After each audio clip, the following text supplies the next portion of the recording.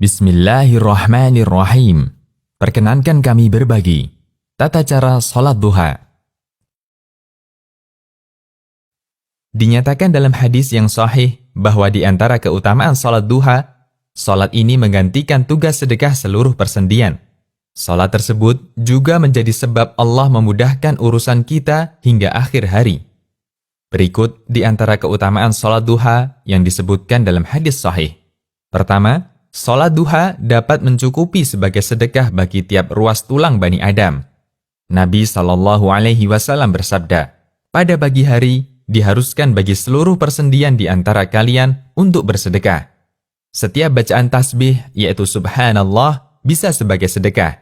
Setiap bacaan tahmid, yaitu alhamdulillah, bisa sebagai sedekah. Setiap bacaan tahlil, yaitu la ilaha illallah, bisa sebagai sedekah. Dan setiap bacaan takbir, yaitu Allahu Akbar, juga bisa sebagai sedekah.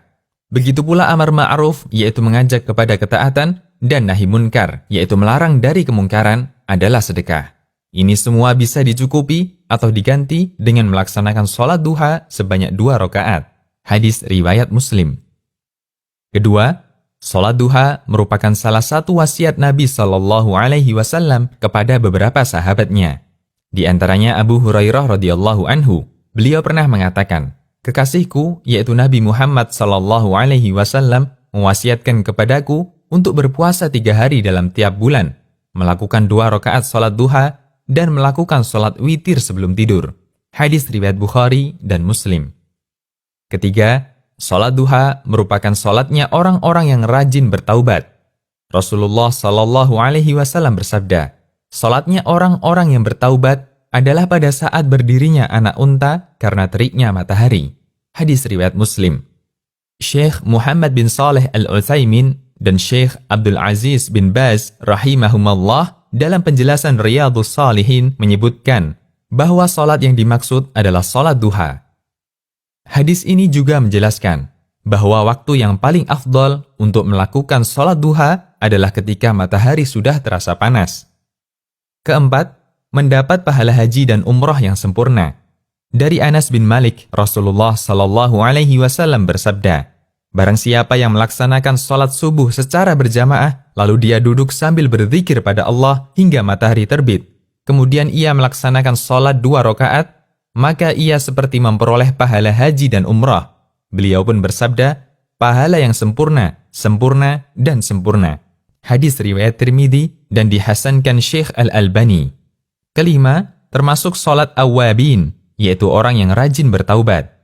Dari Abu Hurairah radhiyallahu anhu, Rasulullah SAW bersabda, tidaklah menjaga salat sunnah duha melainkan awwab, yaitu orang yang kembali taat. Inilah salat awwabin. Hadis riwayat Ibnu Khuzaimah dihasankan oleh Syekh Al-Albani. Imam Nawawi rahimahullah berkata, awwab artinya adalah orang yang taat. Ada pula ulama yang mengatakan bahwa maknanya adalah orang yang kembali bertaubat. Hukum salat duha. Menurut pendapat yang paling kuat, hukum salat duha adalah sunnah dan boleh dirutinkan. Abu Hurairah radhiyallahu anhu mengatakan, kekasihku yaitu Nabi SAW mewasiatkan 3 nasihat kepadaku, berpuasa 3 hari setiap bulannya, melaksanakan salat duha 2 rakaat, dan berwitir sebelum tidur. Hadis riwayat Bukhari dan Muslim. Waktu salat duha. Sebelumnya kita awali dengan hadis tentang waktu larangan salat.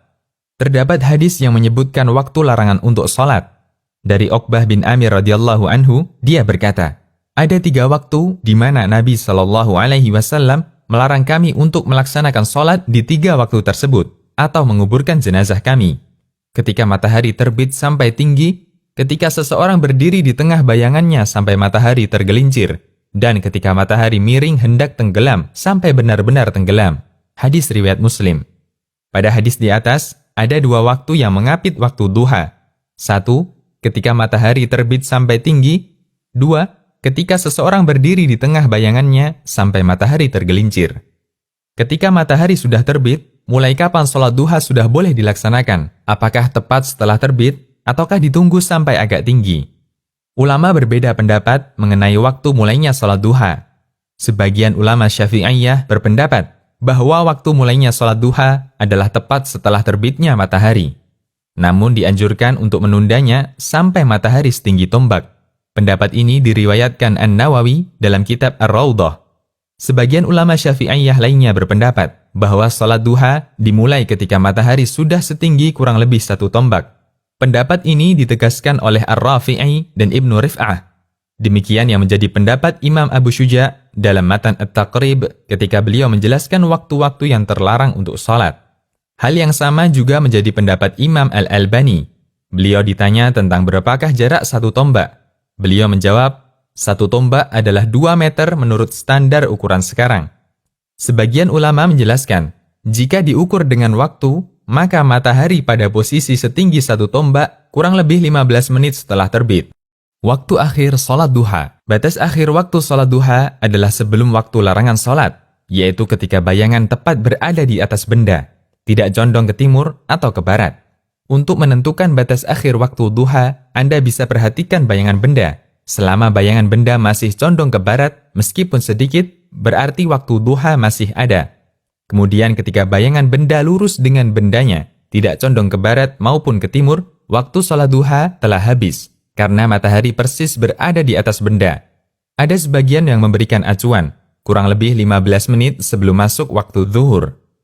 Cara mudah menentukan batas waktu sholat duha. Batas awal waktu duha, yaitu waktu terbit matahari, ditambah 15 menit. Batas akhir waktu duha, yaitu waktu zuhur, dikurangi 15 menit. Waktu duha yang paling afdol. Waktu yang paling utama untuk mengerjakan sholat duha adalah ketika matahari sudah mulai panas, yaitu dekat dengan waktu berakhirnya duha. Sebagaimana riwayat dari Al-Qasim Asy-Syaibani, bahwasanya Zaid bin Arqam radhiyallahu anhu melihat beberapa orang melakukan sholat duha. Kemudian Zaid mengatakan, andaikan mereka tahu bahwa sholat setelah waktu ini lebih utama. Sesungguhnya Nabi SAW bersabda, sholat para awwabin adalah ketika anak onta mulai kepanasan. Hadis riwayat Muslim. Awwabin artinya orang yang suka kembali kepada aturan Allah. Sebagian ulama mengatakan, sholat pada waktu ini dikaitkan dengan awwabin karena umumnya pada waktu tersebut, jiwa manusia condong untuk istirahat. Akan tetapi, orang ini menggunakan waktu tersebut untuk melakukan ketaatan dan menyibukkan diri dengan melakukan sholat, meninggalkan keinginan hati menuju ridho penciptanya. Imam An-Nawawi mengatakan, ulama mazhab kami, yaitu Syafi'iyah, mengatakan, waktu ketika matahari mulai panas adalah waktu yang paling utama untuk melaksanakan sholat duha. Meskipun dibolehkan sholat sejak terbit matahari sampai menjelang tergelincirnya matahari. Jumlah rakaat sholat duha. Jumlah rakaat sholat duha minimalnya adalah 2 rakaat, sedangkan maksimalnya adalah tanpa batas. Mu'adzah pernah menanyakan pada Aisyah radhiyallahu anha, berapa jumlah rakaat salat duha yang dilakukan oleh Rasulullah sallallahu alaihi wasallam? Aisyah menjawab, 4 rakaat dan beliau tambahkan sesuka beliau. Hadis riwayat Muslim. Maksud keterangan Aisyah bahwa Nabi sallallahu alaihi wasallam umumnya salat duha 4 rakaat. Beliau kerjakan 2 rakaat salam, 2 rakaat salam. Dan terkadang beliau tambahkan beberapa rakaat sesuai yang beliau kehendaki. Allahu a'lam. Bacaan doa setelah sholat duha. Terdapat doa yang terkenal di sebagian kalangan untuk dibaca setelah sholat duha. Lafaz doanya adalah Allahumma inna ad-duha'a duha'uka wal baha'a baha'uka wal jamala jamaluka wal quwwata quwwatuka wal qudrata qudratuka wal ismata ismatuka. Allahumma in kana rizqi fis sama'i fa anzilhu wa in kana fil ardi fa akhrijhu wa in kana mu'assaran fayassirhu wa in kana haraman fatahhirhu wa in kana ba'idan faqarribhu bihaqqi dhahaika wa bihaika wa jamalika wa quwwatika wa qudratika atini ma ataita ibadaka salihin. Apakah doa ini sesuai tuntunan Rasulullah sallallahu alaihi wasallam? Doa ini disebutkan oleh Asy-Syarwani dalam Syarhul Minhaj dan Abu Bakar Ad-Dimyati dalam I'anatut Talibin. Namun kedua penulis ini tidak menunjukkan dalil bacaan ini. Dikomentari oleh tim Fatwa Syabakah Islamiyah di bawah bimbingan Dr. Abdullah Al-Faqih, kami tidak mendapatkan dalil kuat yang menunjukkan adanya doa ini pada referensi-referensi yang kami miliki. Bolehkah diamalkan? Perlu dipahami dan dijadikan prinsip bagi setiap orang yang beriman bahwa ibadah dalam agama Islam bersifat tauqifiyah, artinya menunggu dalil. Karena hukum asal ibadah adalah haram, kecuali jika ada dalilnya. Apapun bentuk ibadah tersebut dan siapapun yang mengajarkannya, satu harga mati, semua harus berdalil. Jika tidak, maka itu bukan ibadah meskipun kelihatannya adalah ibadah. Tidak ada doa khusus setelah sholat duha. Hanya saja disebutkan dalam riwayat bahwa Nabi SAW pernah sholat duha, setelah salam beliau mengucapkan, Allahumma ghfirli wa tub alayya innaka antat tawwabur rahim. Yang artinya, Ya Allah, ampunilah aku dan terimalah taubatku.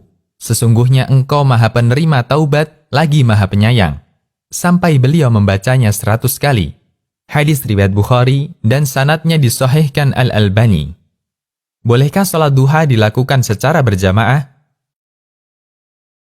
Sebagian ulama menyimpulkan, sholat duha boleh dilakukan secara berjamaah dengan beberapa persyaratan berikut. 1. Dilakukan kadang-kadang, atau tidak dijadikan kebiasaan.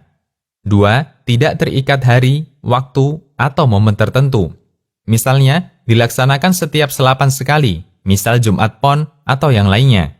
Ketentuan hari semacam ini tidak dibolehkan. 3. Tidak ada kesepakatan sebelumnya, atau tidak ada pengumuman kepada masyarakat.